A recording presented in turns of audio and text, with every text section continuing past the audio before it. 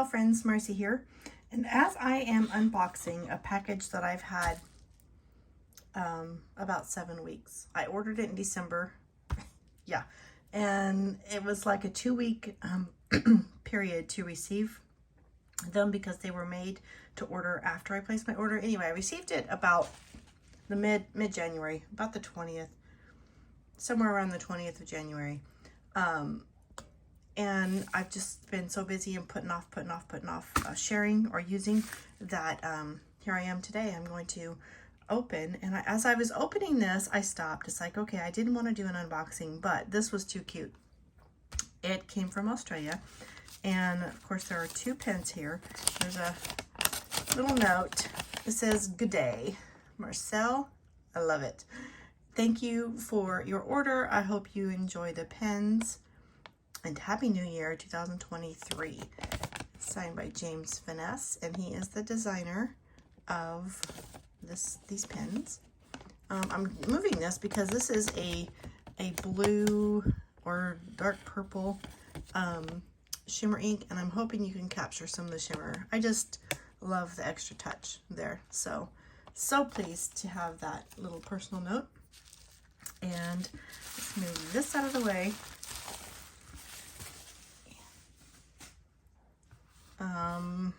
Okay, so we have in little velveteen bags. Oh, I'm glad that came with a cap. I wasn't sure. Oh, that's pretty. A little frosty white barrel or handle there.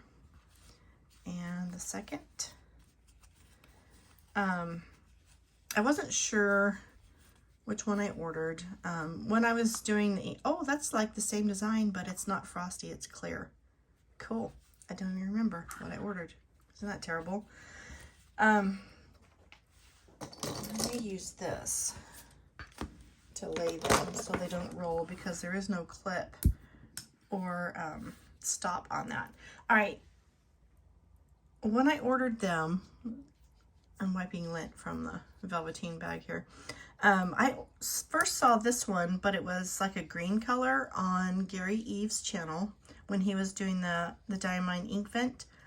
And so I became interested. And then I've also seen Chris Signs share, she actually has the long one and the mini. So that's why I was curious and I placed the orders.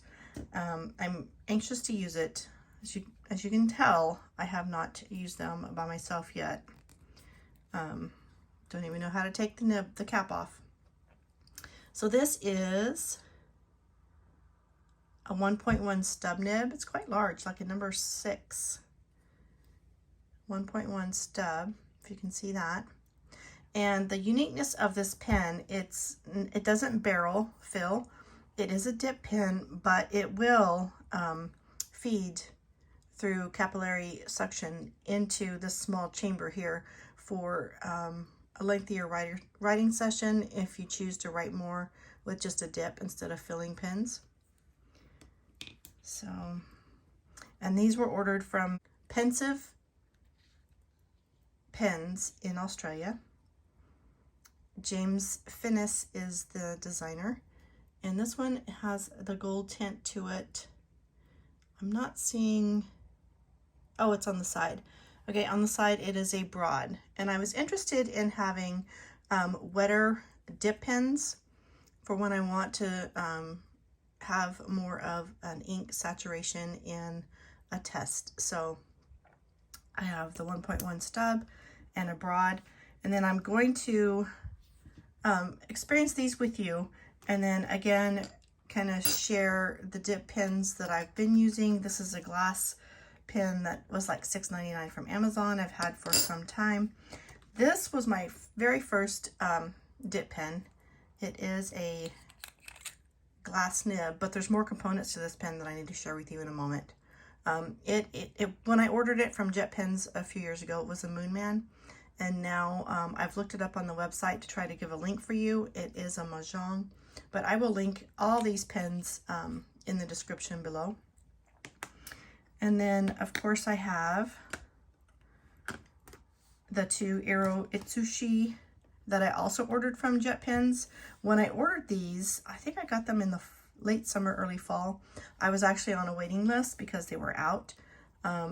This one is a fine nib. And I just want to have the experiences, different nib sizes to experience the inks as appropriate when I am testing. So we have a fine, a medium. Where is this? The broad and the 1.1 stub. Okay, the glass nibs, I don't really have a size measurement. And last to feature, as new, is this one. Again, I've had it for some time and failed to open it. I did use it a few days ago. Wasn't really satisfied with the performance, and that's probably user error. This is a Horoko. In the box comes a pamphlet of such. Kind of gives instructions, but it's all Japanese, so it was probably user error on my part when I did use it with you in a video a few days ago. Let me stop talking and show you. The nib is inserted here, so if you travel with it, you can cap it and you don't have to worry about your nib getting snagged, bent, or ruined. But when you're ready to use it, you just pull out the little plastic cap, turn it around, and pop it back in. There is a flat section that you'll have to line up, the flat section. This is a dip pen, but it does have not really a nib feed, it's just a plastic shroud there. And when I was using it, I thought I was finished and I put it in a cup of water to rinse it. And then apparently I had water in my feed and my ink wasn't flowing when I tried to redip it. So that was user error. But as you can see, this is a Fude nib, and I ordered that different nib size to give me, again, a different experience.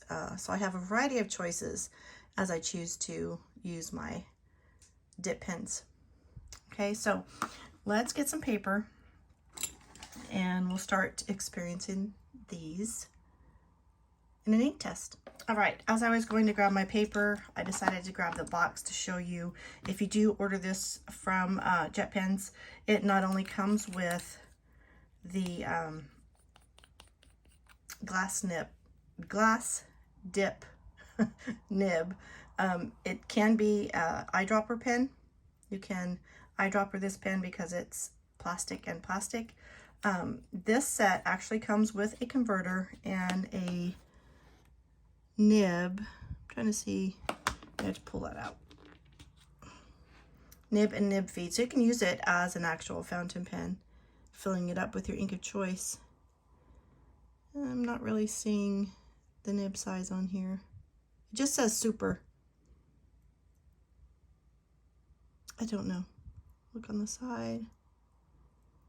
Yeah, I'm not sure of the nib size, but it does come with a nib feed converter. So you have a lot of options with this pen. A dip pen, an eyedropper pen, or nib and converter. So there you go. I know they're on sale right now at Jet Pens for like $18, and that might be something you'll consider. All right, moving this aside, I'm going to bring in some paper. Let's write with Private Reserve, the DC Super Show Blue. And I'm going to use the same ink with each pen for consistency's sake. If I can get the lid open. Wanted a vibrant color to show up on the paper. And I'm making a mess already.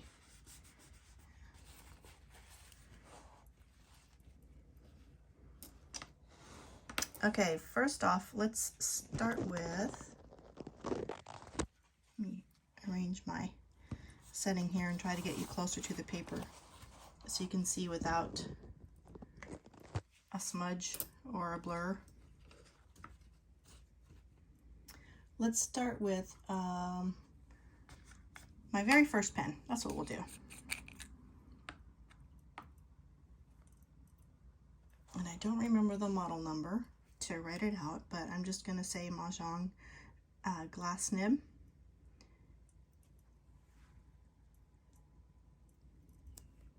I've enjoyed this pen for putting down a good, let's see.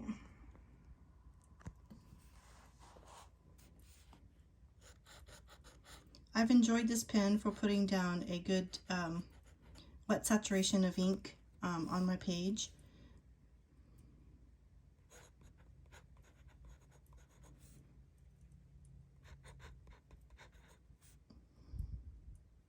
It's a glass nib, but it's also a pen set. So you can see looks like it's a medium to broad nib, which I don't really have a size on that, so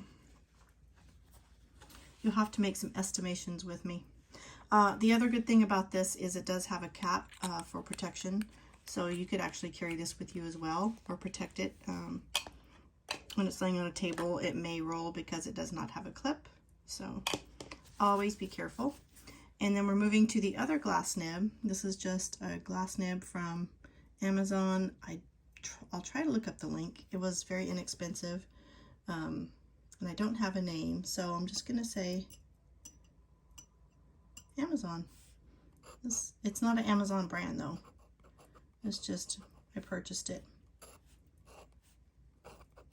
You can hear the feedback there. And it's a finer line. I don't know if that has to do with the extended length of the nib as compared to the bulb shape of this one. I'm sure the grooves in the bulb shape are deeper and can hold more ink. So be curious to know your opinion or thoughts on that, experiences you've had with the glass nibs. All right, and let's move to, I'll save the new ones for last because I don't even know how to use them yet. All right, the fine utsushi fine nib, and this one I failed to show you. It doesn't have any nib feed on the back. It's just an empty nib, metal nib section. I'm out of focus. Inserted into a handle. It does not have a reservoir feed like the new Serendipities. So again, this is the fine utsushi.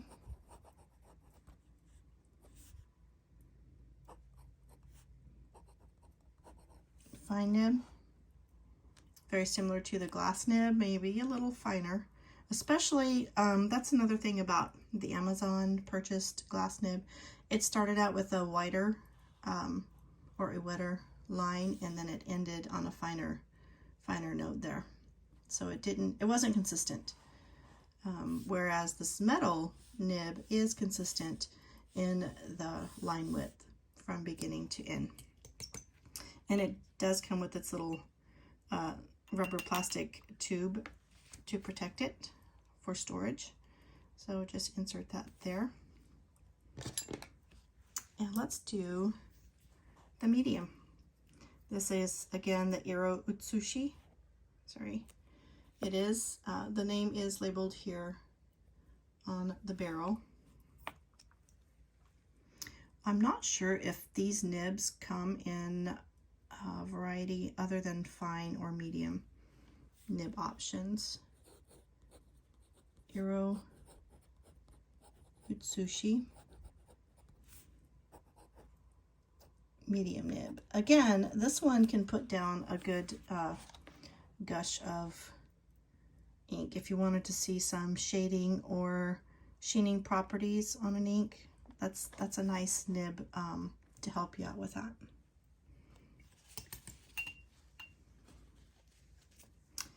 And next up, without moving into the Serendipities, we have another, the Horoko, the Fude nib. The one that I learned I don't want to rinse until I am finished dipping or re-dipping. Actually, This is giving me the same trouble that I had the other day after I rinsed it. I'm kind of sad about that. Let me give a twist. Maybe if I twist, I'll show you what I'm doing here. Maybe if I twist the nib, rotate it left to right, maybe it will help suck some ink into this nib feed here. I don't know, but really it's not making me very happy right now. Yeah, that seemed to do the trick. Swish it from left to right so that it can gather up ink into, try to get in focus, into this nib. It's not really a nib feed, it's just a plastic shroud, but there is, oh, if I could focus, there is a gap here on each side where you can see the ink would get behind this plastic, between the plastic and the metal top portion of the nib. Cute little heart design there. And this one does have an F on there for fine, and it is the Fude or brushstroke.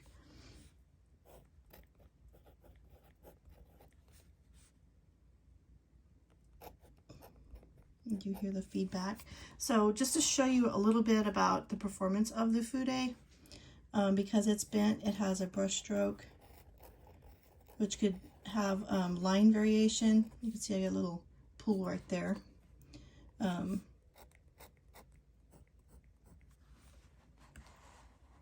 Not very impressive.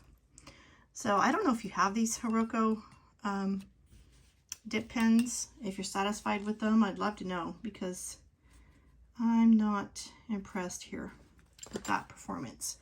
All right, now it's time to experience the nib on this Serendipity Mini Hybrid.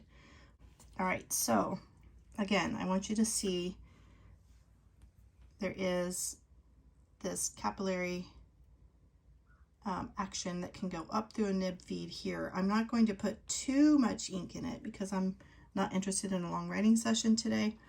I do want to do a dip.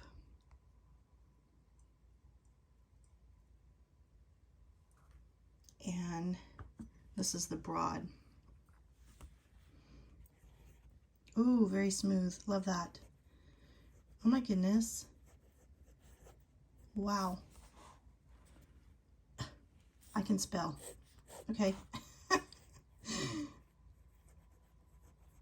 That's what I did in another video. I'm talking and trying to write. I can't do that at the same time. Okay, Serendipity Mini in a broad nib, and this is a James Finesse, or Finesse, I'm sorry. 2 S's. Design. So we'll come back and do like a size comparison review of these pens in another video. I'm just doing nib comparisons today. So dip that in my water. I do want to experience with you the filling properties of that. Okay, and last we have the 1.1 stub. Again, this is the longer pen, and we'll do some other reviews and experiences later when we can zoom out. Today is all about the nib, not about the pen review. So this is the, oops, stub nib.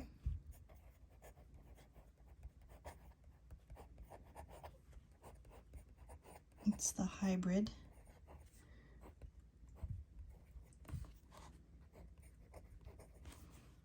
Again, the James Finesse design from Pensive Pens, and I will have a separate review video to go over these pens in depth and detail.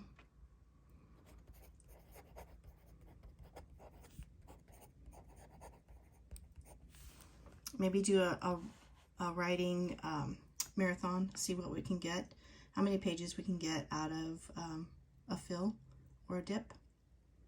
So thank you very much for spending some of your precious moments with me today. This is the performance of my collection of dip pens. Some I like better than others, as you can see. And we shall return with more information in another video. Have a blessed day. Bye-bye.